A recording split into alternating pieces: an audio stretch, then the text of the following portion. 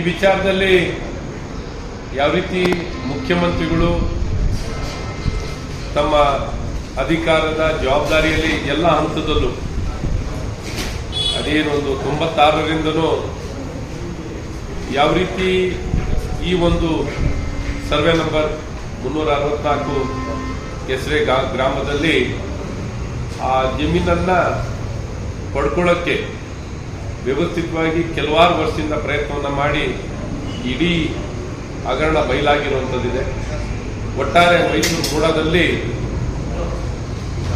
ಇಡೀ ಮೂಡಾದ ಎಲ್ಲ ಆಸ್ತಿಗಳನ್ನ ಬರಬರೆಯನ್ನ ಮಾಡಿ ಎಲ್ಲ ಸಂಪೂರ್ಣ ಗೋಲ್ಮಾಲ್ ಸ್ವತಃ ಮುಖ್ಯಮಂತ್ರಿಗಳಿಗೆ ಅವ್ರ ಕುಟುಂಬಕ್ಕೆ ಅನುಕೂಲ ಆಗಿರುವಂಥದ್ದು ಮತ್ತು ಇತರ ಎಲ್ಲರಿಗೂ ಹಂಚಿಕೆಯಾಗಿ ಒಂದು ದೊಡ್ಡ ನಷ್ಟ ಆಗಿ 4,000 ಕೋಟಿವರೆಗೂ ಹಗರಣ ಆಗಿರುವಂಥದ್ದು ಇಡೀ ನಾಡಿಗೆ ಇವತ್ತು ಗೊತ್ತಿರುವಂಥ ವಿಚಾರ.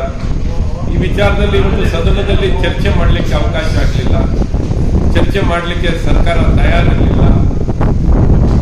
ಕೆಂಪಣ್ಣ ಆಯೋಗದ ರೀತಿಯಲ್ಲಿ ಇವತ್ತು ದೇಸಾಯಿ ಅವರ ಆಯೋಗವನ್ನು ನೇಮಕ ಮಾಡಿ ಹೇಗಾರ ಮಾಡಿ ಈ ಚರ್ಚೆಗೆ ಅವಕಾಶವನ್ನು ಕೊಡಬಾರದು ಅನ್ನುವಂಥ ರೀತಿಯಲ್ಲಿ ಇವತ್ತು ಪ್ರಯತ್ನ. ಕೆಂಪಣ್ಣ ಆಯೋಗ ಏನಾಯಿತು, ಇವತ್ತು ದೇಸಾಯಿ ಆಯೋಗವನ್ನು ನೇಮಕ ಮಾಡಿದ್ದಾರೆ.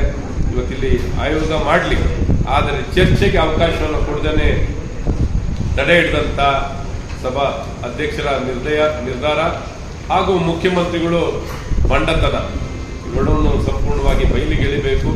ನಾಡಿನ ಜನತೆ ಎದುರು ನೋಡ್ತಾ ಇದ್ದಾರೆ. ಈ ರೀತಿ ಇಷ್ಟು ಭ್ರಷ್ಟಾಚಾರ ನಡೆದ್ರೂ ಯಾವೊಂದು ನೈತಿಕತೆ ಇಲ್ಲದೆ ಈ ಸರ್ಕಾರ ತನ್ನ ನಡೆಯನ್ನ ಮತ್ತು ಈ ವಿಚಾರದಲ್ಲಿ ಯಾವುದೇ ಬೆಳಕಿಗೆ ಚೆಲ್ಲದೆ